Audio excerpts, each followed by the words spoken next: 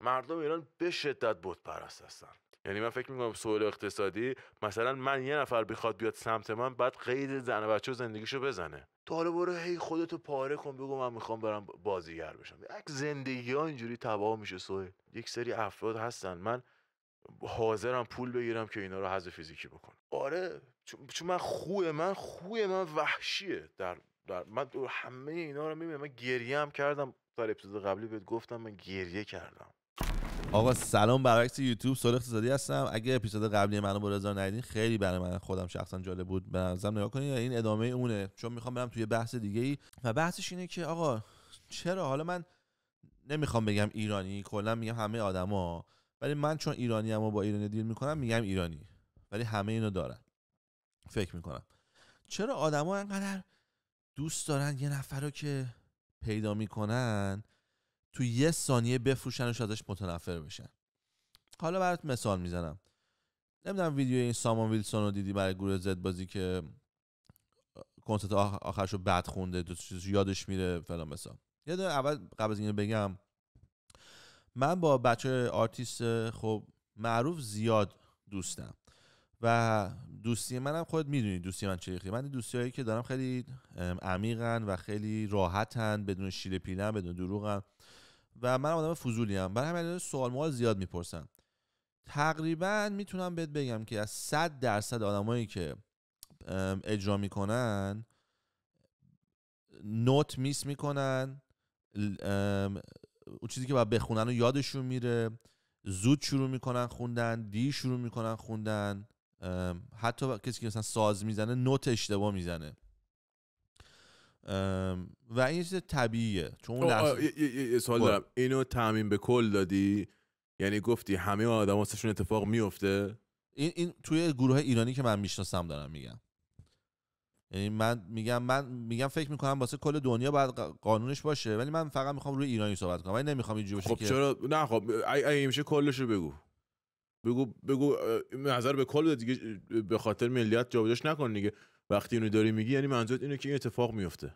نه آخه میگم من چون آمار بقیه ندارم نمیخوام بگم، من فقط میخوام روی ایرانی فوکس کنم. برای همین میگم ایرانی من دیدم وقتی کنسرت میذارن، تو لول کنسرتایی که ما داریم، تو لول پولی که در میاد، این اتفاقا میفته. من کنسرت‌های خارجی که رفتم با شعور و گوش خودم نشینم هیچ اشتباهی و ندیدم هیچ اشتباهی و، ولی مثلا میشه که یهو یارو داره میخونه، مثلا یهو مایکش قطع میشه ولی صداش قطع نمیشه، میفهمن داشته لب میزده. از این اتفاقا میفته. خب حرفتو بزن. خب به خاطر همین من میگم الان سامان ویلسون اومده یه دونه چیز گذاشته، یه دونه کنسرت گذاشته و بلند شده رفته. حالا این حرف خودشه که میگه آقا بقیه بچه‌ها که کنسرت میذارن مجبورن کنسرت بذارن چون میخوان پول در بیارن زندگی کنن و یکی از راههای درآمدشونه، به خاطر همین اینو ادامه میدن.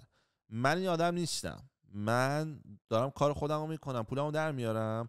به خاطر اینکه تو بچگی کاری کردم و گنده شده، به خاطر اینکه رفیقام هنوز این کار میکنن، من اومدم کنسرت دادم. یعنی در واقع این آدمیه که نمیخواسته بخونه، به خاطر علاقه‌ای که عشقی که میخواد به کسی که دوستش دارن اومده خونده، با اینکه میدونه امکان داره گم بزنه، با اینکه میدونه مثلا شاید خودش میگه قیافمو دوست ندارم، هیکلمو دوست ندارم، در صورتی که به نظر من جفتشون خوبه. خودش میگه مثلا، یعنی مثلا نفسش کم شده و همه اینا، خودش خرک نیستش یارو، خودش میفهمه. قبل از اینکه میگه نکردی صبح خوابونش رفته بخونه، مطمئن باش دوره آینه 20 بار خونده. من اینا رو 50 بار دیدم قبل از کنسرتشون، همشونو. خب من قشنگ همه آماده میشن، جمع میشن توی اتاق، میشنن با هم دیگه خوندن. یا من توی که اتاقاشون بودم که قبل از کنسرت بود، بعد یکی از بچه‌ها که من با خودم برده بودم اینا رو ببینه، احمق داشت چیپس میخورد، بعد سیجل یه روش قاطی کرد که بابا چه اتفاقی داره میفته، ما مثلا زد بازیم، من داریم سعی می‌کنیم بخونیم، یارو اومده چیپس میخوره اینجا. یعنی یه چیپس، صدای چیپس رفت رو اعصابشون، یعنی اینجوری براشون مهمه و اهمیت میدن. بعد این اومد دیروز، من یاد دیدم توی اینستاگرامم داره میاد که آره همه میگن سامان ویلسون از صحنه‌شو نگاه کن داره میخونه صداش در نمیاد، مثلا نوشتن الی مثلا مسخرهش کرده بودن و این حرفا. همه کامنت هم زیرش این بود که آره بابا برن گم شن فلان مثلا. بعد من دوست داشتم بود که بابا مادر سگا، من که رپ گوش نمیدم، برای همین من گوه میخورم بیام زیر سامان ویلسون حرف بزنم که تو خوبی یا بدی. پس من کسی آدمش نیستم. اونی که داره به این گوش میده نشون میده که این برای 5 سال 10 سال 15 سال با آهنگای این آدم حال کرده، با گروهی که این به خاطرش بوده. حالا نمیگم گروه به خاطر این بوده، ولی وقتی 5 نفر توی گروهن همشون مساوی حق چیز دارن دیگه، اهمیت دارن که اون گروه بوده دیگه. یارو روز دوم قاطی کنه بره با یه گروه دیگه زیراب اینو بزنه، دوست دخترمون رو ترتیبش بده، اصلا گروه بپاشه به همون یه نفر. پس گروهی که بوده این یکی از جزواش بوده که کار کرده، اینم بعد بهش کردیتشو بدین. پس این همه زحمت کشیده، کار کرده، آهنگ خونده، اومده گنده شده، حالا رفته کنسرت داده که کنسرتش بد بوده. اینجوری که همه سریع روزه واسش کامنت درست کردن. تمام آدمایی که خودت میگی میان رو ویدیوهای بقیه میان اسکی میدن شروع میکنن چرت و پرت گفتن، همه اومدن کردن، هم ساپورتیو. و من قبل از که این اتفاق بیفته دیدم اینو، 2 تا ویدیو که دیدم گفتم نگاه کن، الان من ایرانی‌ها رو میشناسم دیگه، الان هر کی دیگه از خواب بلند شه یه دونه ویدیو میذاره که آره سامان ویلسون سامان ویلسون نباید آهنگ بخونه، گوه خورد آهنگ خونده. و من خیلی از این موضوع ناراحت شدم که چرا یه آدمی که مثلا که مثلا مایکل جکسون بره آهنگ بخونه بد باشه، مثلا که امینم بره بد بخونه، تو بعد اون روز بگی که ناراحت چی، بگی که آرتیست هم دیگه از بین رفت دیگه نمیتونه بخونه. میدونی یه حالت یه لحظه است واسه زندگی که یکی که دوست داشتم از بین رفت.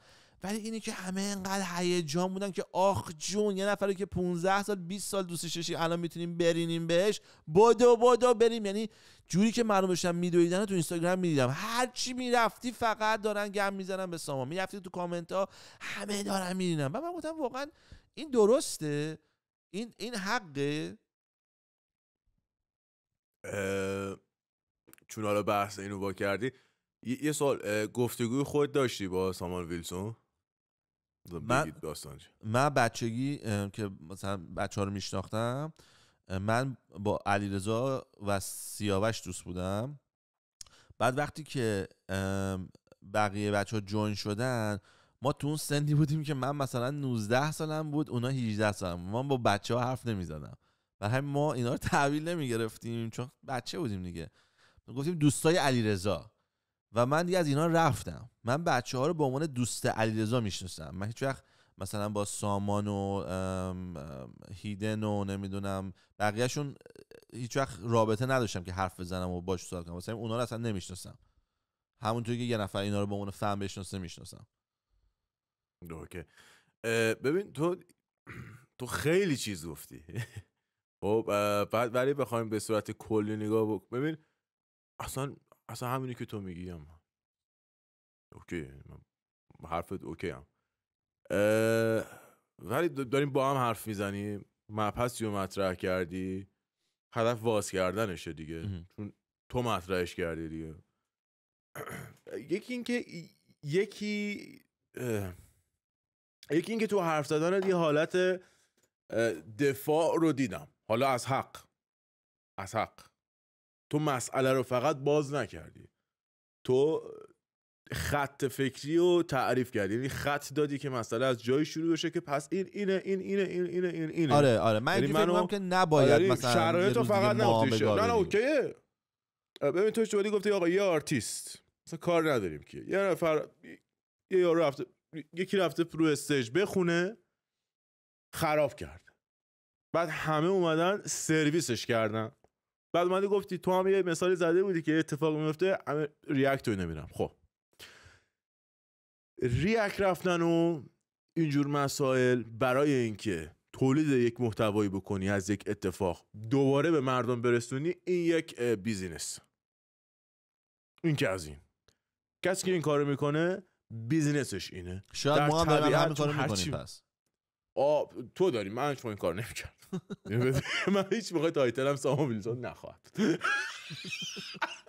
نه من تنفر دست جمعی بود. اوکی حرفت خیلی قشنگه، حرف خفنی و اون آدم من تو هم مهمتره برای مردم.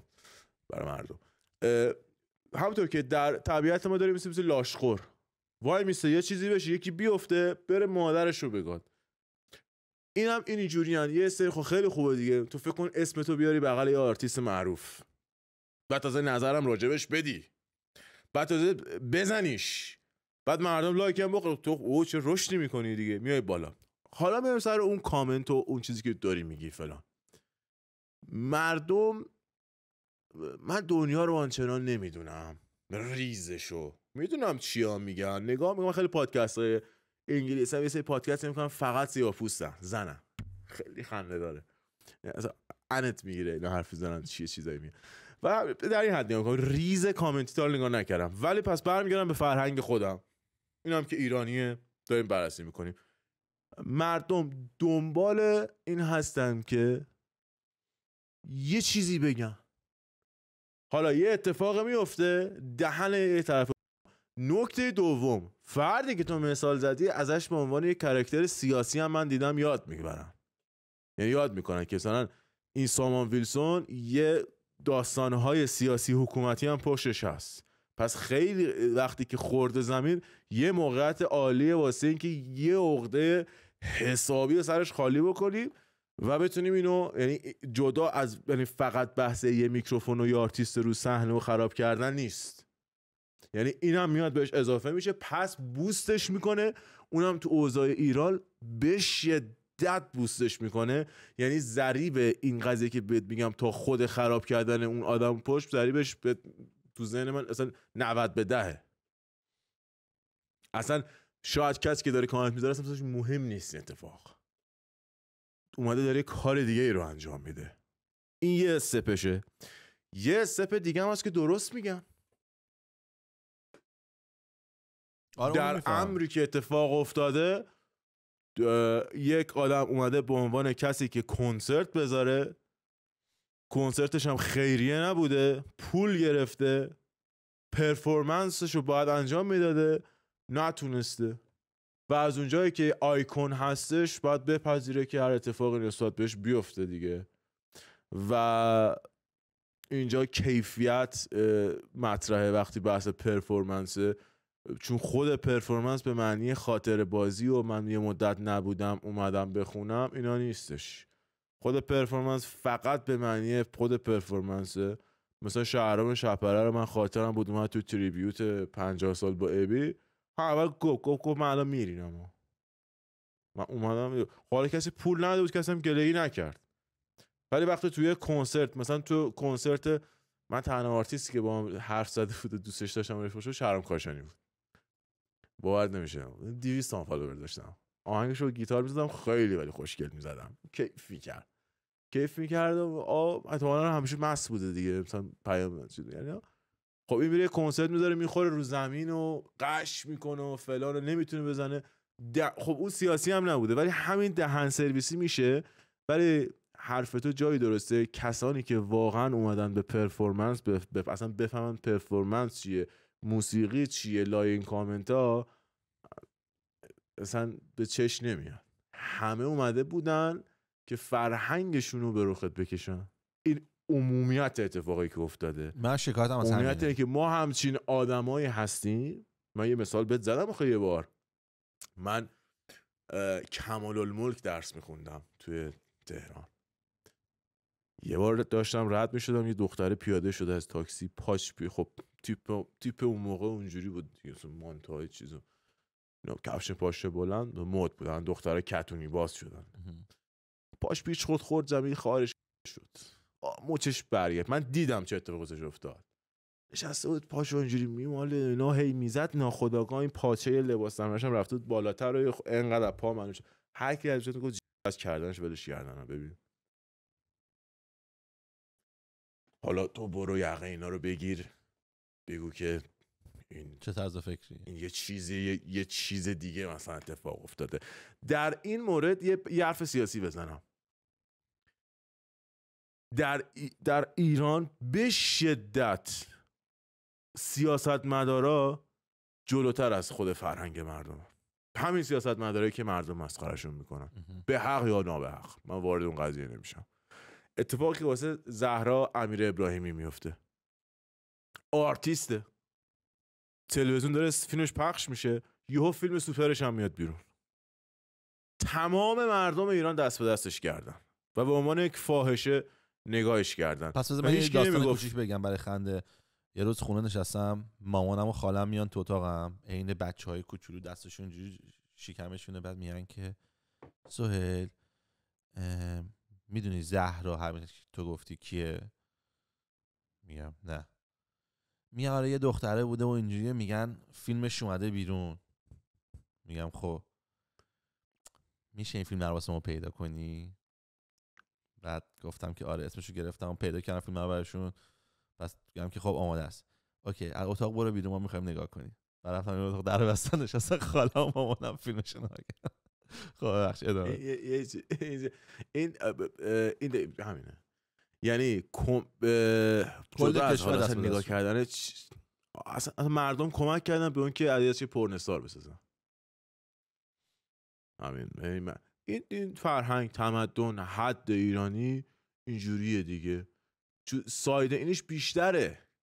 مثلا یارو نشسته اومده سر کوه موبایلش آنتن بده که پست بذاره برو فلانم برات فلانت 20 تو خوانندگی میدونی چیه یا نه.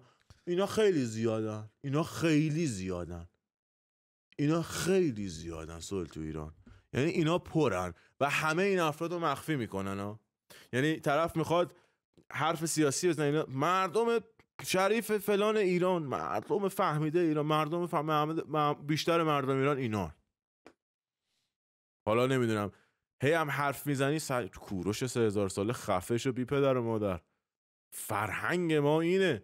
یه سریا دیگه اومدن ما رو دارن خراب میکنن. اون از بین بره ما الان خودمون که عالیم. بعد برو فقط نگاه کنه همین تخت جمشید چجوری بازدید میکنن. به جان خودم میگم تو دهه 80 پاشنو اینجوری وا میکردن، اینجوری میچسبوندن، مثل فکر میکردن درخته، زیرش با چاقو تاریخ مینوشتن روی همون 3000 سال سنگ. کاری که با درخت میکردن، میرفتن رو درخت میتراشتن. مریم امیر 1382 هفته بعدم مریم امیر قهر کردن. آره یا اینجور این شکلی، یا مثلا این فرهنگ ایرانیه دیگه. و ایرانی یعنی کسانی که بیشتر تو این هیتا هستن در مورد همه چیز این حالت رو دارن. تو الان اشتباه کلمه رو بگو، اوکی؟ یه بار بعد برنامه حیف که گفتم، یه بار بعد برنامه میساختیم تو یه اشتباه کلمه رو بگی یا من بعد رکورد بکنیم که قبلش این کارو داریم میکنیم. من یه داشتم ویدیو نگاه میکردم، یه یارو که بزرگترین کمپانی مارکتینگ دنیا رو داره، بعد داشت میگفتش که یکی از مشتریان بهم زنگ زد عصبانی که دادا کلمه فلان رو اشتباه نوشتی توی تبلیغ من. بعد بهش گفتم که فکر میکنی بزرگترین کمپانی دنیا مارکتینگ، فکر میکنی ما گاویم؟ یعنی فکر میکنی ما یه دونه ورد نداریم که اینو چک بکنه شما اشتباه ننوشته باشیم؟ عزیز من ما از قصد این کارو میکنیم. بعد خودش اینو توضیح میده، میگه راستش بخواید دفعه اول اشتباه شد. میگه دفعه اول یکی اشتباه زدیم، بعد یهو دیدیم یه عدمون که مثلا اگه مثلا اوج 100,000 تا ویو میخوره، یهو دیدیم یه عدمون 700,000 تا ویو خورده. بعد که رفتیم دیدیم به خاطر اینکه اشتباه نوشتیم. بعد از اون موقع شروع کردیم تو عدم چیزا اشتباه می‌زنیم اونور.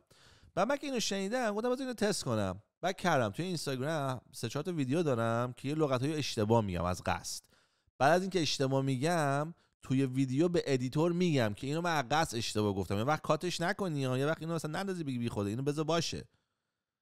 و تمام ویدیوها بدون استثنا اینجوری بود. حالا الان اگه بخواست کسی بریم تو بره پیدا کنه، تایتل رو مثلا اشتباه می نوشتیم، مثلا یزید و بازده مثلا فلان می نوشتیم، بعد 90% کامنت ها اینه که یزید نه یزید، که فقط میخوام بگن ها من یکیو پیدا کردم که ازش باهوش‌ترم تو کلمه یزید. آفرین. تو اپیزود قبلی ما خیلی عالیه صحبت کردیم.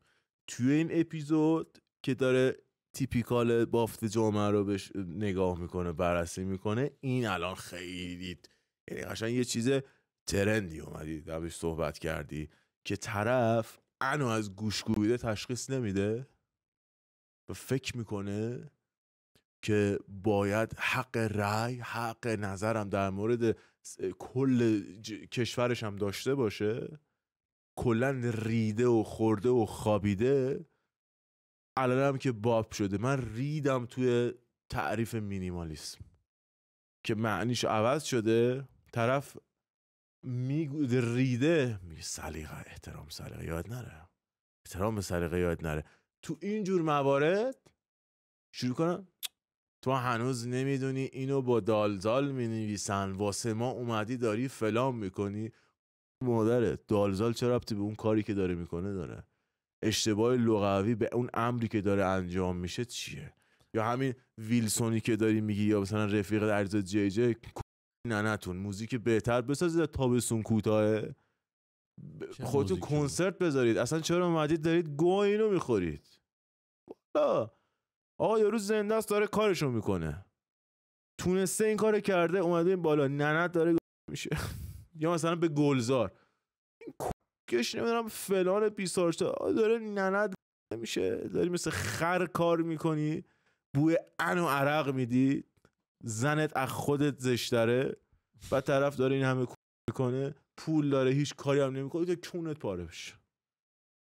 خب تا من همون اول اینجوری فکر میکردم مثلا این میشه اصلا گلزارم که قیافه ندادم، قیافه نداره، چرا قیافه نداره؟ مثلا بعد دیگه چه شکلی باشه؟ قیافش خوبه دیگه، خوش تیپه. من اولین بار که توریدم یاد میاد، شاید یاد نباشه، من اولین باری که توریدم واقعا اولین باری بود که توریدم. یعنی من وقتی اومدم تو دوربین اصلا نمی‌دونستم تو کی، اصلا البته اولین باری که منو دیدی اولین باری بود که منو دیدی. نه آخه منطقیش اینه که اولین باری که تو رو دیدم دومین باری باشه که تو رو دیدم. شاید حداقل من یه ریسرچ بکنم نه که تو در از پسر من اینم پسر پدر به میگی همیشه. الان فهمیدم چه جوری حساب کتاب تو. ولی روز اول که دیدم تا دیدم گفتم دهن تو سرویس، تو چرا انقدر خوشگلی، تو چرا شبیه جانی دپ میمونی؟ بعد هی گفتی نه بابا فلان مثلا گو بخور، تو هم شاخ بودی. ولی من اصلا پشمام خورد که تو چقدر. من اینو نمیبینم تو مردم راحت بگن، یعنی یهو میبینی یه نفر خوشگله میگه چه باحال، خیلی هم خوب نیست، معلومه موهاش کمه، نه مثلا خوراکش اینه، مثلا یکی تو رو میبینه بعد میگه که اگه چشاش آبی بود چی میشد؟ بابا آره دیوز خوشگله، تو اومدی تاش. حالا من که هیچی، من که شعرم، ولی مثلا آدمایی که واقعا من همش که جانی دپ شبیه افغان توهین نشه، ولی ما شبیه اوناییم. حالا اگه به من میگه شبیه هم پس من اون شکلی ام، یعنی از نظر من که این شکلی نه، چون من خودم سلیقه‌ام یه جور دیگه است. مثلا من خودم سلیقه مردم خیلی متفاوته با چیزی که هستم.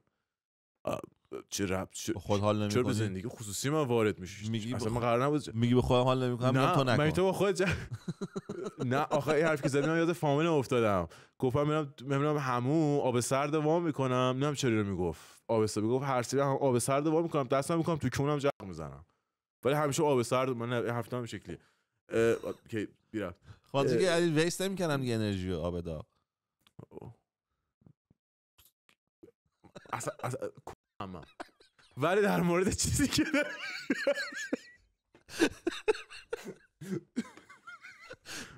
این کاملا به طرف همه بود، همه اینو فهمیدن.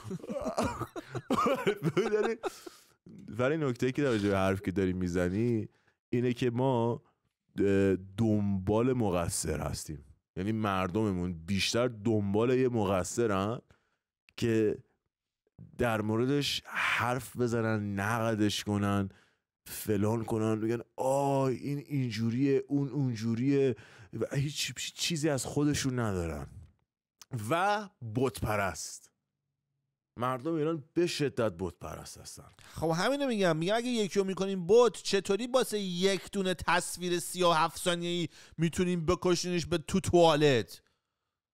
به خاطر اینکه باد آورده رو باد میبرن بدون هیچ حساب و کتابی. میگن آقا ابی آقای صداست، من بهترین صدای فلان داره، در صورتی که ما جمشید علی مراد داشتیم، هیچ سگ نمیشناسه، مرد. صداش به شدت وسیع‌تر از اون آدم ابی که میخونه. ابی خواننده است. مثلا علیرضا امیرقاسمی کار با اینا بازی کرد، شاه ماهی موسیقی ایران، ملکه صحنه. خب انتظار تا کجا میخواد ببره بالا؟ هدفش چیه؟ که مارکت ایجاد بکنه واسه اینایی که دنبال سربازن، دنبال تو شطرنج دنبال یه دونه شاه میگردن که خدمت کنن بهش. این بافتشون اینه، گو زیاد میخورن ولی بافتشون اینه، دنبال اینن که برن تیشرت یه تیمی رو تنشون بکنن.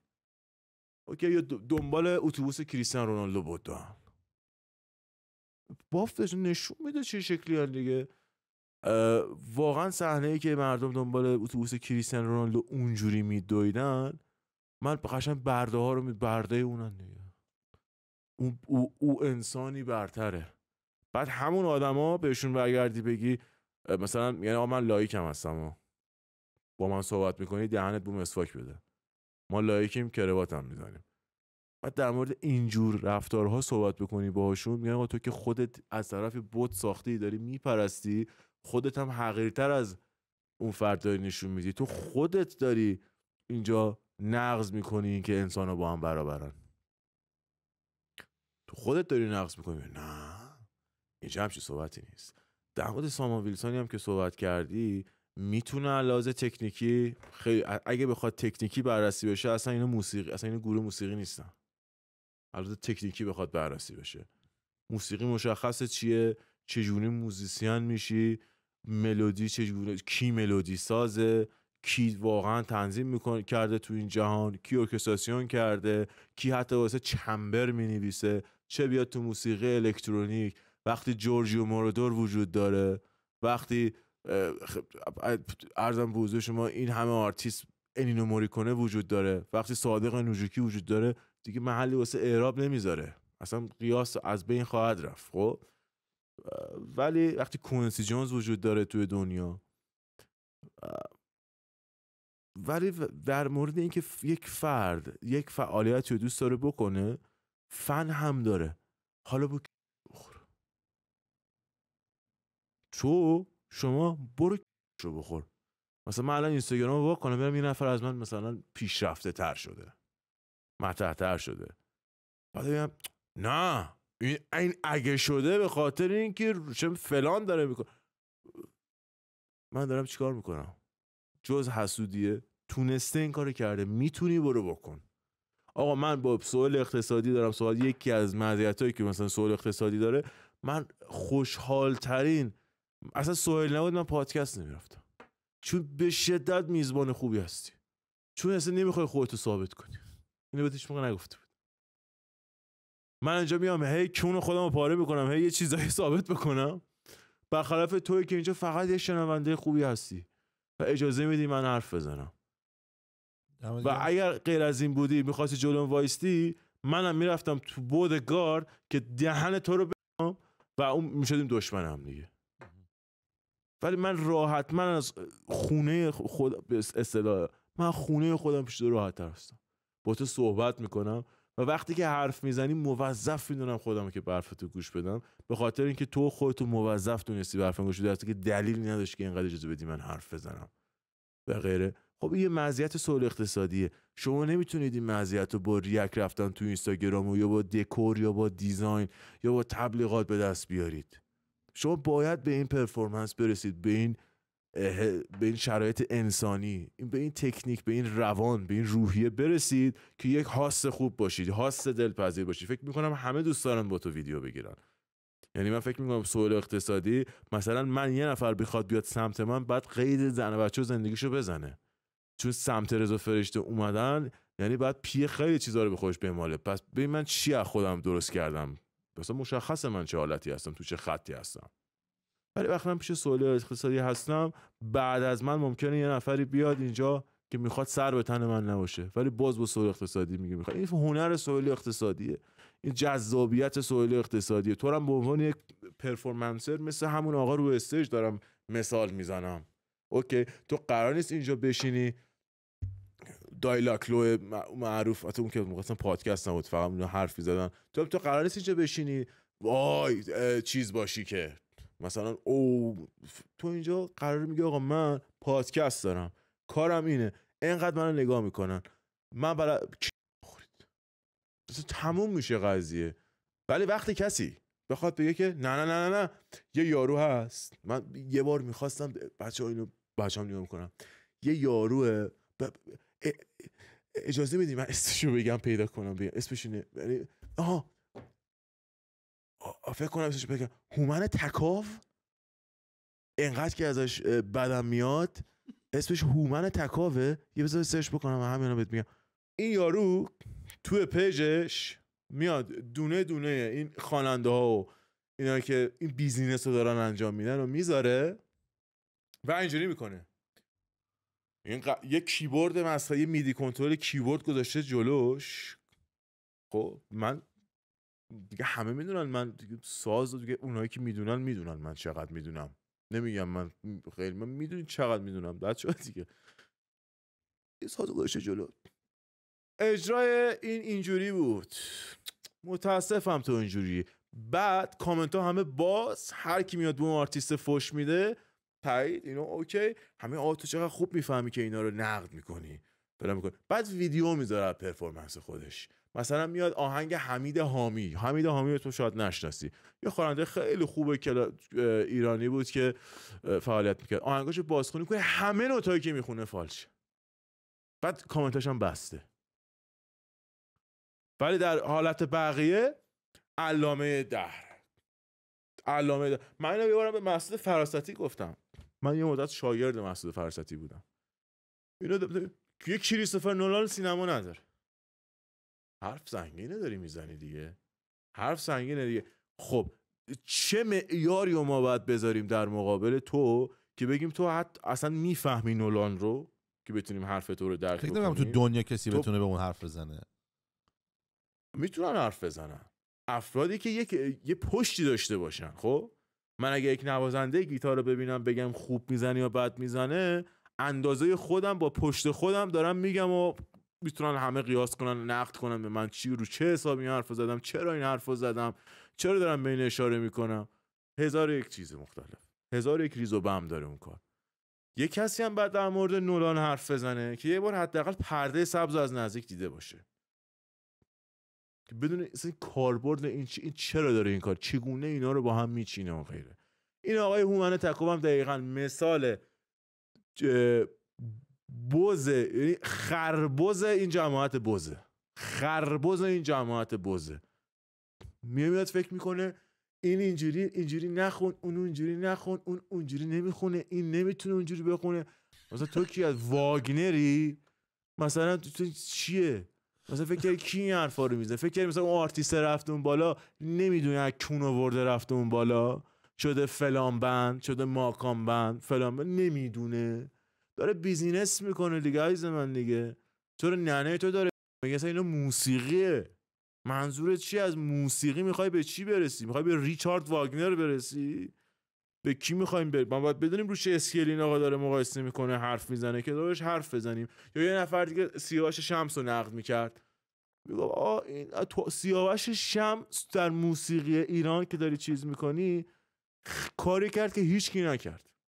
تا رو برداشت اوورد توی یه بیت دهه 90 که تو موسیقی مایکل جکسون میشنوی، با یه ارنجمنت کاملا غربی با صدای غربی و ایرانی، با ما تولید موسیقیایی کرد بی‌نظیر، جاودان، ملودیای جاودان.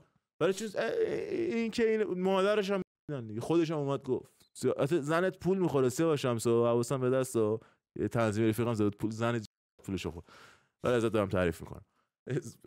ولی این آدم، این دختر ایرانی کدوم ملودی اینقدر میمونه؟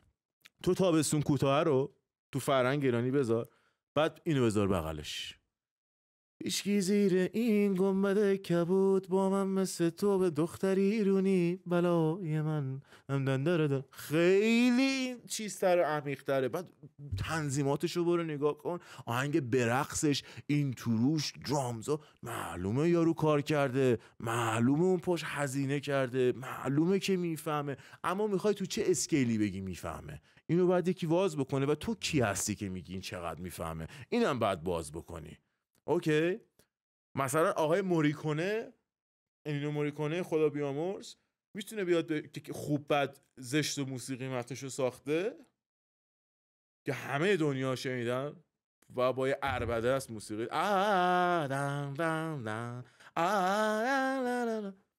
همه اینو اون میتونه بیاد بگه، اون میتونه بیاد برینه به هیکل صادق نوجوکی هم ردشه بره. ولی تو اصلا سگی، تو خودت هم نمیدونی موسیقی چیه. به خدا من های هوپس پینک فلوید و ما مدرسه میرفتیم هنر و اینو باید پینک فلوید گوش بدی تو این جمع میخوای بری، اصلا پینک فلوید گوش ندی زشت. مثلا نمیفهمیدم موسیقی چیه، تازه هفته پیش فهمیدم های هوپس چیه. تو این سن دیگه وقت سون تو دستمه دیگه، آخره زندگیمه. تازه فهمیدم به عنوان شنونده چه موسیقیه، به عنوان شنونده ها، نه به عنوان فکر کنی مثلا دست همکاری دارم دراز کنم تو به عنوان یک خری که آهنگ گذاشتی تو گوشش دارم میفهمم که آجی من چه گاوی بودم، نگاه کن هارمون تو گوشی. ولی همین منو بذاری تو زمان هنرستانم باخم نقد میکردم. آدم که گاوه که نمیفهمه گاوه که عزیزم. این آدم نمیفهمه. حالا تو شما رفیق شما نمیشه این توضیحات واگنر و اینا های هوفس و اینا با آی ویلسون. ولی در مورد چیزی که فرمودی مردم عموما نمیدونن که نمیدونن، واسه همین اظهار فضل زیادی دارن. تو هم که حرف بزنی به کونشون فشار میاد، میگن آقای سوال اقتصادی غلط کرده، گفته ما چرا 6 تا ز داریم 6 تا خ داریم فلان داریم. حالا به خود مادرش برگردی بگی 5 گنج مالکیه، بگی آقا شاهنامه رو بگو، یه خط از شاهنامه رو بگو، همین رو بگو. حافظ رو بذار جلوش، بگو زبونت نگیره، نه راحت‌تر بتونی میگم تلفظ دو تا بکنی. بیت بذار، بگو یکیش حافظ یکیش سعدی، کدوم انتخاب بگو کدومه. اون خیلی اون بازی خوره چیز نمیتونه. بهش بگو یه آرایه ادبی نام ببر. خب بهش بگو آقا اصلا معنی دبستان، بگو آقا مترادف یعنی چی، ماضی بعید یعنی چی. مگه نمیگه ادبیات فلان؟ بابا اصلا خودش ماضی رو با ز اشتباه بنویسه. اصلا ببین اصلا خارجی‌ها توریست میاد تو ایران، میره مثلا توی شیراز، میره تو حافظیه، میره تو آرامگاه سعدی، کتاب وا میکنه، خود اون بومی نمیدونه چیه. اصلا داره میگه خود بومی نمیدونه داستان چیه. داستانی که ما یکی از دوستامون سمبوله بود رفته بود آمریکا فستیوال و اینا، رفته بود گفته بود اکسل روز هم هست. زنه گفت اکسل روز کیه دیگه؟ اکسل روز گانزن روزز. نه ما اومدیم چه بریتنی اسپیرز پخش میشه. چی داری اصلا یارو خود مال، یعنی آرتیستای اون کشور مثلا طرف نمیدونه که بروس اسپرینگستین خواننده ملی آمریکاست، جاستین بیبر نمیدونه born in USA چیه دیگه. نشری born in the USA I was این حرفا چیه؟ کون سینه آرتیستای سیاه دیدی زنای سیاه رو میارن گنده مونده تا دارو معلومه پوشونده که حجابش چیز نشه. یا موسیقی اینه. چی داری میگی؟ بورنین یو اس ای چیه؟ برو نه اینو کی آورده؟ این چیه؟ اصلا یه طرف نمیدونه این چیه، نمیدونه رونی جیمز دیو کیه، اینو چرا آورده، این اصلا یعنی شیطان از تو دور باد، اصلا این یعنی چیز خوب، یعنی چیز مثبت بوده تو اون فرهنگ که اینو آورده. بلک سبت کیه فلان، حالا خیلی گروه مختلف میگه ما راک گوش میدیم. بعد بهش میگی چی گوش میدی؟ راک. مثلا یه آهنگ جاستین بیبر بهت میذاره گیتار الکتریک داره، اسکیلا فرق داره دیگه. چون یه دونه مصاحبه من دیدم ببین آزی آزبورن که دیگه هممون میشناسیم. آزی آزبورن اومد بود فیلم مصاحبه داشت صحبت میکرد، یه دونه این شب نشینی بود تو بهرام، گفتش که نم چی یه مسئله از جاستین بیبر یارو گفت. بعد این گوش داد که جاستین بیبر کی هست؟ داشت موفقیت های اون میگفت، واقعی گفته، اصلا نمیدونست کیه، اصلا نمیدونست اون کیه. و خب مخاطب بیبر هم نمیدونه کریزی ترین چیه. بعد حالا اسکیل رو نگاه کن، همین آزی آزبورن نمیدونست که ترک شات این د دارکش معروف ترین خفن ترین ترکش میشه.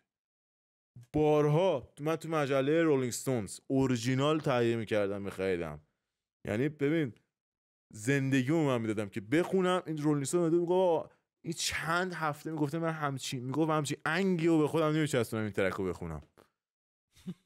شات این د دارک رو میخونه، هر پرفورمنسی که داشت شات این د دارک. یا سلندیون در مورد تایتانیک، موسیقی مای هارت ویل گو آن، که میدونستی که ترکی که از سلندیون اومده بیرون ترکی که این همینجوری یه بار خونده، نه بابا همینجوری یه بار خونده.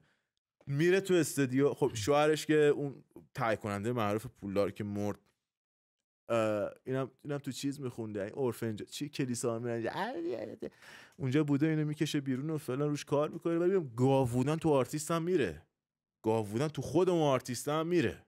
ببین اسکیلا رو میگم، ببین چیا، ببین از آدم عادی اومدیم تا خود صاحب اثر که بهت بگم اینا صاحب اثر نیستن.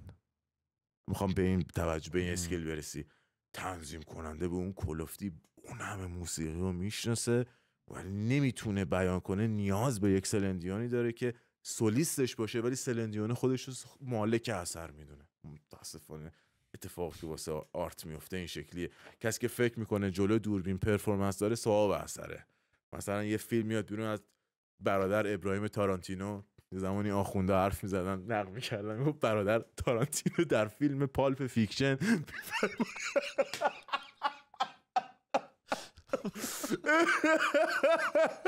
یاره نشسته بود و همون بعد چهرش خسته صبر برای 30 سال. برادر تارانتینو در فیلم پالپ فیکشن، پالپ یاد این چیزا، پالپ فیکشن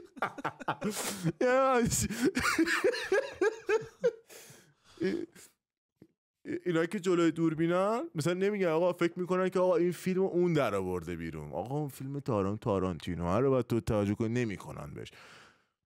سلندیون میره تو اونجا استودیو میگه من همچین آشغالی رو نمیخونم، فکر کن، میگه من همچین کثافتی رو نمیخونم و میره بیرون. شوهرش میگه بابا این دست جزار کی، من فقط صداش خوبه، تو تنظیم کن که شعور موسیقیش با پیانو خالی نمیرسه چیه آهنگ، یه تنظیمی بزن بهش دوباره بیارمش. یه دستی به تنظیم میزنه، این تاریخ من دارم بهت میگم. بعد این میاد تو بازم نمیخواد بخونه، میگه حالا با یه دهن بزن به میکروفون. میره مادر خواننده است دیگه، میره همون یه تک میخونه تا هنوز داری باش عشق میکنی. هر موقع با النا میخوابی من حسودی میکنم میدونم آهنگو پلی میکنی دیگه از امشب حتما.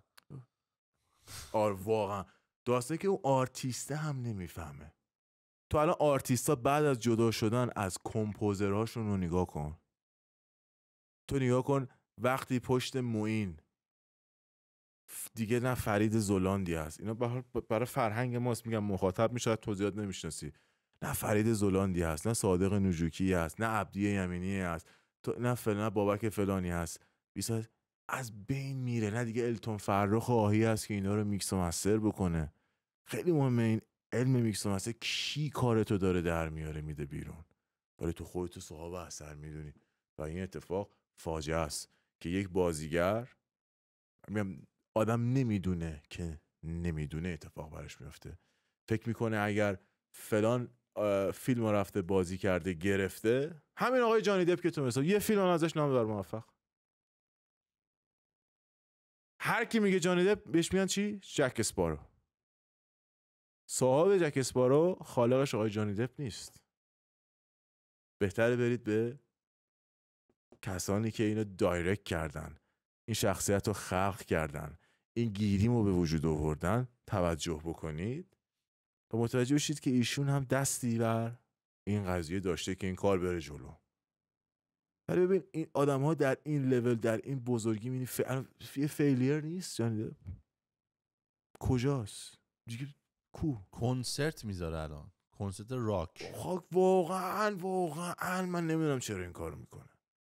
به منم خیلی علاقه دارم بخونم، به خدا کشیدن. آدم بیشوری نیست به نظر، اصلا آدم بیشور. نمیدونم این مثل مهران مدیری، مثل اون میمونه. مهران مدیری ما تازه فهمیدیم که ایشون مجریه، نه بلد بازی کنه، نه بلد فیلم بسازه، نه بلد بخونه، همه این کارا رو میخونه. میگه من چاشنی کارم یه مجری، بهترین کاری که میکنه مجریگریشه. تو مهران مدیری نگاه کن، این ورداشته رفته چیزو آورده، شهرداد روحانی آورده، وطنم همه جان و تنم، وطنم بخونه. بعد گوش میکنی کزاز میگیره گوشت، HPV میگیره گوشت. به خدا بهت میگم دیوونه میشی، به خدا گوشت HPV میگیره، ارو پیشونی گوش میکنه وقتی گوش میکنی. به خدا دارم بهت میگم. ولی میخونه، میدونه ها، ولی کم میدونه. ما باید اینو بفهمیم. من همیشه خوشحالم تو هر موقع در من حرف میزنیم میگی رضا فرشته از این موزیسین ناموفق سرخورده که الان یوتیوبر، میگم آدمش که من درست معرفی میکنه. وای به حال روزی که یکی من برگرده بگه حالا چون تو اومدی اینجا، آقا من مثل که فقط خوب فوش میدم، آقا من خیلی فوشر قویم، من کون همتون رو پاره میکنم بیا جلو من حرف بزنید. من همیشه پشت سرت میگم نمیشه چون این کارو میکنم بتونم کار دیگه رو بکنم. زندگیم ندیدم یه آدم چه جوری میتونه با این چیزا بیاد بالا. یعنی بعضی موقع یه حرفایی بهم میزنی که اگر من نفر بغلیم بودم میگم بابا قشنگ معلومه که سهیل و رضا با هم دیگه صحبت کردن، بعد سهیل گفته که من اینو میگم بعد تو اینو بگو، بعد من اینو میگم، بعد چی بگیم که خیلی خفن باشه. بعد دو نفر یه رو فکر کردن، رضا فرشته با این آیدیا کاماب کرده که اینو بگه، بعد تو داری اینجوری میگی و من میدونم که ما با هم حرف نزدیم. من میگم این چه جوری اینا رو از خودت میسازی به این سرعت؟ یعنی واقعا تازه ما تو این برنامه اصلا نمیگیم، برنامه کسی اینجوریه. نه من پشت صحنه میبینم اینا رو خودمون. آره تو چیزای خودمون باز با هم دیگه داریم. نه تو واقعا عجیبه. خودم پاره کنم منو نمیشناسن به عنوان آرتیست. ما باید اینو بپذیریم که تو رو به عنوان همه بعد روزگار دوستان عزیز تو حالا برو هی خودتو پاره کن بگو من میخوام برم بازیگر بشم. یک زندگی ها اینجوری تباه میشه سهیل. آقا نمیپذیرنت، نه مخاطب میپذیرتت، نمیشه. هی فکر نکن دنیا یعنی تلاش کردن و استمرار. خل عوض کن کاری که داری میکنی، زندگی رفت. احمق نشو، برو ببین بعد چه کار بکنی. که تو اپیزود قبلی که در حالت عالیه صحبت کردیم، برو ببین چیکار کنی بتونی یه پولی در یه خونه چیز کنی، این کارا بکنیم، دور هم دیگه باشیم، بشینیم دور هم دیگه عمرمون تموم شه بمیریم دیگه. اینجور نیستش که یک آدم مثلا من یه آدم مثلا این پسر، یه سری خواننده ها، یک سری افراد هستن من حاضرم پول بگیرم که اینا رو حذف فیزیکی بکنم، ولی اینا مردم عاشق اینا. من مورد دارم، درستش اینه که من مورد دارم. آقا من نمیتونم. درستش اینه که اون آرتیست تابستون کوتاه موفق بی‌نظیر کارش انجام داده، همه گوش که ما هم گوش کردیم، کلی هم حال کردیم با این ترک. مدرسه میخوندیم، مثلا دبیرستان تازه اومده بود اینه اون آدمو میپذیرن. چه تایمی هم داد بیرون، تایمی بود که ما برمیگشتیم ایران واسه مسافرت 2-3 ماه تابستون، بعد سری میگذشت، بعد اصلا این اومد تابستون کوتاه تمام کسایی که در واقع از کشور رفته بودن و جای دیگه زندگی میکردن به استخون میفهمیدن چی داره میخونه. اینش خیلی جالب. ببین یک سری اتفاقات بعد یک سری دیگه یه چیزی از اتفاق کنم. همین بحث این که مثلا ما این کارا رو میکنیم تو میزبان خوب هستی، یه سری کاری که تو میتونی بکنی دقیقاً کاریه که اصلا نمیدونی میتونی بکنی، بعد میکنی خودت هم، بعد از فیدبکات تازه متوجه میشی تو داری این کارو میکنی، همونو بگی برو جلو. آره یا من 20 ساله دارم این کارو میکنم، چرا من نگاه نمیکنید؟ هی ننه هی باید توضیح. درود به عزیزان، هی خالی مخاطب خواهش کردم تو رو خدا خوشگل کنم اون شکلی کنم اینجوری فلان کنم، بعد تو میای اینجا مثلا یه کار دیگه میکنی، همه اونه تازه پیداش کردی.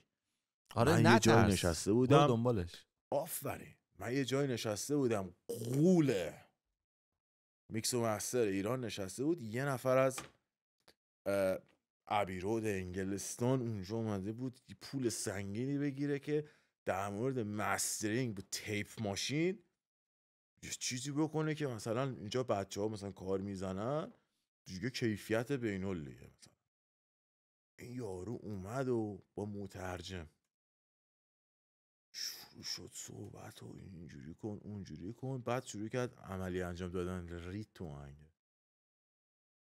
رید. بعد من دیدم مود این یارو داره عوض میشه، اینجوری که ما میشناختیم. در جا که فهمید این داره کس میگه خودش اینجا دیگه بلند شو بیرون، بلند شو پول منم پس بده. یارو اصلا انداخت بیرون. یارو با تمام توضیحات و تشریفات و غیره و زاله.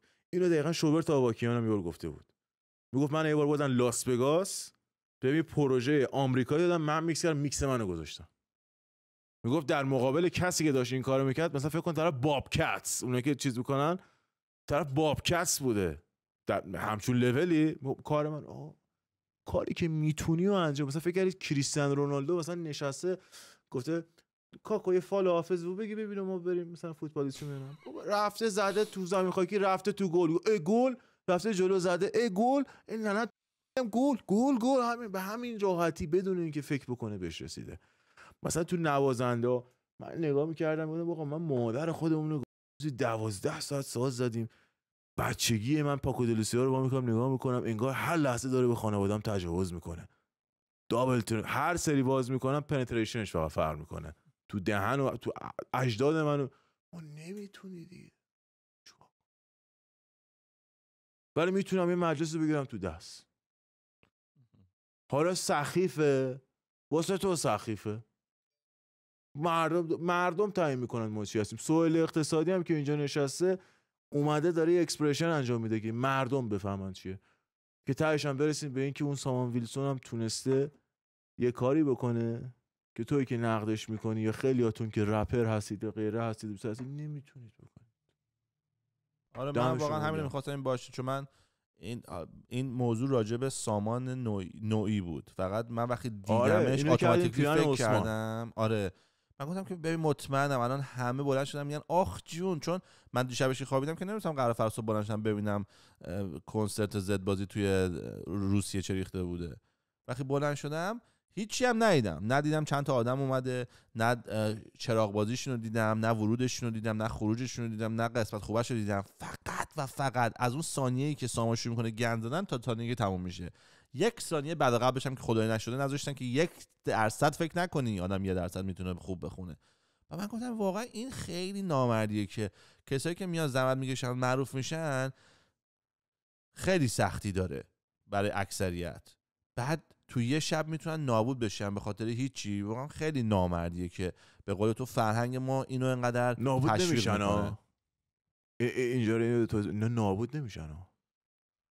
این فرهنگ انقدر روی این قضیه‌های ریاکتی حساسیت اینو ترند نمیشن. من اگه یه آرتیست بودم میرفتم رو صحنه پیپی میکردم پیپیمو میخوردم پرت میکردم تو صورت نفر اولی که نشست. ببین دفعه بعدی تو چه سالونی کنسرت میذاشتم. میفهمم چی میگی. اصلا نابود نمیشه. یعنی فکر نکن که آرتیست نابود شد و مثلا دیگه وای دیگه نه فلان. اتفاقا ترند میشه. اتفاقا چون اینا دارن پیج خودشون رو ترند میکنن محتواشون تویی. مگه تو نگفتی من اومدم گفتم 20 آخه 10 میلیون ویو خورده. تو تکنیکلی اشتباه گفتی علاوه ادبی حساب بکنیم. بعد اومدن به تو گیر دادن آدمایی که اصلا نمیتونن یه صفحه نمیتونن بفهمن ربایی چه فرقی داره مثلا اصلا هیچی نمیفهمن خیلی هاشون. چه اتفاقی واسه سوال اقتصادی افتاده؟ الان تو ناکات شدی تو کریرت؟ نه. آدینست هم بیشتر شد. آدینس اصلا اینجوری کار میکنه. الان اینجوری کار میکنه ها. یک زمانی تو باید چون ما وارد دنیای این وارد یک عصری شدیم که عصر نمیدونم چیه. فقط میدونم که اینجوری کار میکنه. فقط میدونم که آرتیست میشناسم. آرتیست دیوانه کلاسیک میشناسم که الان اومده دیوونه بازی در میاره پرفورمنس میکنه که ویو بخوره که بتونه شاگرد بگیره که بتونه از این طریق زندگی بکنه و خیلی هم گرفته. یعنی اصلا شروع کرده به اشتباه زدن. باورت میشه من آرتیستی رو میشناسم که من گفت ببین من به کجا عوضی میاد یه جوری اشتباه میزنه که همه هم برینن بهش آدینس جمع کنن. یعنی کریرش ادامه. گفتم دمت گرم. گفتم تو چرا این کاری کردی؟ با یه حرف خوبی هم زد. گفت چون دیدم تو این کارو با خودت کردی. وقتی دیدم داری فعالیت می‌کنی تو یوتیوب و اینا. اوکی آره کار میکنه خوبم کار میکنه. میتونی واقعا این کارو بکنی و اگه بتونی باز اینجا رقابته. باز اینجا رقابتی که کی واقعا داره به دل میشینه. شانس دیگه. یعنی آره. شانس یه چیزی باید بغل هم باشه تو چون تو نمیتونی خودتو کاراکترتو بچینی در بیاد. چون من خیلی اوقات اون اول که کار میکردم خیلی دیدم ادای منو در میارن، قیافش مثلا شبیه من میکنن، بعد میان مثلا بال تیکه های من نمیگرفت. نه تو باید اون آن غلط هم باید مال خودت باشه. یعنی آن رو باید داشته باشی. یعنی یه نفر دیگه نمیتونه اینجا بشینه بگه سلام رضا، مثلا رضا جون حالت چطوره، خوش اومدی پادکست. من مادر یارو جدیت میگم، من خیلی حیوان و وحشیم و این فقط ارتباط جینگی من با سوال اقتصادیه که باعث میشه که من اینجا خودم راحت باشم. نه اینکه سوال کار بدی میکنه من خودم رو خودداری میکنم. روز اولم بهم گفتی من حرف نمیزنم. روز اول که گفتی من حرفی ندارم بزنم، من نمیدونم چی بگم، مثلا نمیدونم چرا اینجا. آره اصلا میخواستم کونتو اصلا نابودت بکنم. من حیوان اصلا گو خورده. من گفتم اینجا به من گفتی اینجا پارت میکنم. اصلا وحشی و بعد من میفتم توی رفاقتی که خیلی ثروت شده، ثروت ارتباطم با تو. میگم کسانی که با سوال، من خیلی دیدم با تو اینجوری هستن، رفیقای داری، آرتیستایی داری میاری باشون مثلا صحبت میکنی غیره، اونا هم نسبت به تو همینن. نه این رندومایی که مثلا میانو به عنوان مثلا این کسی که قرار پادکست برقرار شه. چون این یه نکته همش که سوال با من صحبت میکنه، سوال خودش نمیگه ولی من میگم. من نمیدونم، خودم واقعا نمیدونم کیار داره میگه، اوکی، ولی میگه که لول من سوال اقتصادی این نبوده که خیلی از افرادی که تا الان، بذار من بگم میگم خاطر دیگه تو که خودت نمیگی چون کریرت من دارم میگم، آقا من دارم میگم، این اصلا نمیگه. میگه آقا من میدونم طرف گاوه اومده اینجا داره چیز میگه، اصلا فکر نکنید زرنگی تو کامنت مینویسید. میگه آقا من خودم میدونم مثلا تغییرات اساسی داره تو کاراش میده و داره لولش جابجا میکنه.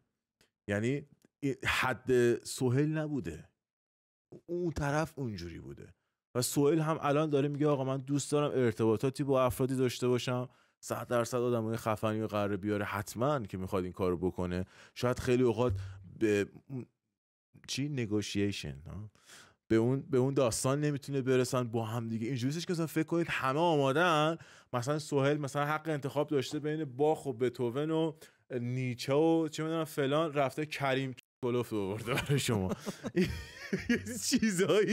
یه چیزایی یه سیکلی باید حفظ بشه. اینا همش با هم دیگه باید حساب بکنید. و سهیل چیزی که داره به عنوان هاست و میزبان شو نیست و من جلوش خر سلام باش رفیق و اینجوریم بسه چونتون بسوزه. نه من برای این مالیدم رفیق بشیم، نه این برای من مالید. ما رفیق شدیم دیگه، نمیشه اداشو در آورد. ولی من دیدم خیلی به من پیام داده بودن که بیا با هم دیگه مثلا پادکست. چی کار داریم من بلد چی بگم بهت؟ من اینجا شدم با رفیقم حرف میزنم، من حرف میزنم دیگه. واقعا من همینجوری میکنم. آره چون من خوی من وحشیه. در من همه اینا رو میبینم. من گریه هم کردم در اپیزود قبلی بهت گفتم من گریه کردم، ولی من خوی خودم رو میشناسم. من خوم اصلا چون دقیقا میدونم تو اومدی با من حرف بزنی که پس فردا دقیقا حیوان بازی ایرانی دارم، خوب دارم، خیلی دارم، اینقدر زیاد، واسه همین منو میشناسن دیگه. من این کارو کردم که منو میشناسن دیگه. تو اومدی با من حرف بزنی که فردا بگی ببینم که تو برنامه من بوده. نه. اگر قابی وجود داره که منو ببینید فقط با سوال اقتصادیه. فقط با سوال اقتصادی من این کار انجام میدم. یه نفر دیگه هم اومد بنده خدا این کارو بکنه، خور بد شد. به هر حال یه نوک کردی مردمو. آقا دمتون گرم، مرسی که هستی رضا. واقعا منم از دوستی باهات لذت میبرم. بعد توی تکستم هم زدم هستش که زدم فقط دوری و دوستی، چون رضا خطرناکه، مثل این که بخوای با خورشید دوستی کنی، قشنگ از دور از جلو میسوزونته. نه انقدر که خودخواه، تمامیت خواه. من که تو میترسم تو بیای زدی من چیز میکنم سریع، بعد النا طلاق میدم که حداقل بگم خودم کردم. باور نمیشه. من اگه موقع اونجا باشم مدت زیادی رو سعی میکنم جلب اعتماد بکنم برای تو. یعنی اگر زنت هم لخ بشه میگم الان یه کامراییه، اصلا وجدانو بشاش توشا. چرا من این کارو نمیکنم تو ذهنمو دارم میگم. الان یه کامرا گذاشته این دیوس، بعد سر همین قضیه هم شده عین حضرت یوزارسیف، درهای خونه‌تون درم زیاد داره، اینجوری وا میکنم و از زنت فرار میکنم داره پشتم میدوه، فقط به خاطر اینکه احساس میکنم تو از من داری این کارو نمیکنم. پس همیشه کش باشید چون ترسش باعث میشه کسی کاری نکنه. خلاص میگه اینا قبل تمام کنم برعکسی که برای ما دیدن. ما تو مکزیک یه مشکل گندی زده بودم، من یه پولیو به فنا داده بودم، زنگ زدم به کریدیت کارت پول رو پس گرفتم واسه همین. آره خیلی کشی یه شرکت رو شرکت چیز کرده. خلاصه نتونستم سلام پول بزنم. آره این خیلی خوبه، این واقعا حریمت همیشه حفظه، چون همیشه فکر میکنم تو نقشه‌ای داره. دمت گرم. ببین این من میخوام قطع کنم ولی اینی که گفتی خیلی باحاله، چون یه بار داشتم یه کار احمقانه‌ای میکردم، مثلا در لول این که پنجره ماشین رو بیرون باز گذاشتم وقتی داشت بارون میومد در این لول، بعد یکی اومد بعد گفت سوال پنجره هات بازه، بعد کسی دیگه که اومده بود گفت آره من دیدم، گفت چرا بس به سوال نگفته بودی؟ گفت آخه سوال همیشه هر کاری میکنه داره روی سیستمی میکنه، هر دفعه من یه چیزی دیدم غیر بهش گفتم و من توضیح داده که چرا داره این کار انجام میده و من اینو دیدم واقعا فکر نکنم که اشتباه بوده، فکر کردم که همینجوری باز گوشه یه کاری داره میکنه یا داره سر یه اپیزود این خفن ترین اصله است. دقیقاً چیزی که دقیقاً راجبه اصلا یه اپیزود این، اگه بچه‌ها دوست دارید لطفاً بنویسید اینجا که ما اپیزود بعدی اینو چیز بکنیم که آدم‌هایی که یه وجهی از خودشون میسازن که نمی‌کنی چیزی بگی، در مواقعی هم که حواسشون نیست به خاطر اون کردیتی که دارن حفاظت شدن. یعنی اگر برای مثال میام راحت‌تر بفهمید، اگر 1% ببینم زن النا روی مبل خوابیده و کم کم داره دامنش میده بالا، من از اونجا فرار میکنم، چون مطمئنم یک برنامه چیزی شده که قرار خواهر منو بگه سوالی منو پرت کنه از خونهش بیرون، مثلا یه بدبختم بکنه، جیرمو قطع بکنه، سر همین بشم فرار. ولی در صورتی که اصلا این سوال اصلا نمیدونه، شاید اصلا افتاده تو توالت داره تیاری میزنه و امن سیفه، این سیفتیه، میشه راجعش برنامه ساخت. واقعا میگم کار میکنه. دو تا پسرش هم میاد خونه هم، بعد من 2 ساعت دیگه میرسم خونه، زدم به النا گفتم فلانی دارن میان اونجا. بعد النا گفتش که تو از نظر روحی ناراحت نیستی مثلا 3 تا پسر سینگل مثلا وحشی دارن میان خونه ما با من تنها باشن تو این خونه؟ و خودم فکر کردم گفتم نه اصلا. گفت چطوری آخه ناراحت نیستی، چطوری فکر نمی‌کنی؟ گفتم فکر نمی‌کنم هیچ کسی اینقدر احمق باشه که بخواد کاری بکنه که این موضوع رو خراب کنه. من واقعا خیلی طرف باید دیوانه باشه که بخواد این کارو بکنه رو من. و هیچ وقت اون روز حرف خودم رو نمیفهمیدم که چرا دارم این حرف رو میزنم، ولی اوییدنس داشت میگفت. امروز تو برام بازش کردی. آره دقیقاً، اصلا اینجوری خیلی سخت میکنه کارو و همیشه اینجوری باشید. من یه نفری از من دزدی میکرد، یه چیزی بود زیاد بود، هی از من میدزدیدن، چند نفر بودن دوستای من بودن، من نمیتونستم بفهم کدوم از ایناست. بعد اومدم چیز کردم، دونه دونه به اینا گفتم آره دوربین گذاشتم اینجا مثلا حواسم. بعد دیدم 5 نفر بهشون مظنون بودم، دیدم اون 4 نفر هنوزم میان. بعد یه چیز دیگه، یه اتفاق افتاد، یه چیز اساسی هم ازم دزدیده شده بود. یه کتاب 300 ساله پوستی که من یه نفر دزدیده بودم خودم، اینه که من دزدیده بود به علاوه اون. من در به در اون کتاب بودم، مثلا کتاب قیمتی. بعد اون چیزی که همیشه میدزدیدن رو به 4 نفرشون گفتم دوربین گذاشتم، دیدم بازم اونو میدزدن، چون تو ذهنشون بود که اگرم بفهمه که چیزی نیست. نفر 5می بعد تو مدرف دیدم از اون چیزه کم نمیشه. فهمیدم که کتابرم همین دزدیده که از ترسش حتی اون چیزی هم که ارزش نداره رو دیگه ور نمیداره. چرا؟ چون من گفتم دوربین داره. من انقدر اینو زدم کتابر ازش گرفتم. همیشه سوال اقتصادی باشید و پادشاهی I love you من دودتو میبوسم. دمتون گرم. چاکس.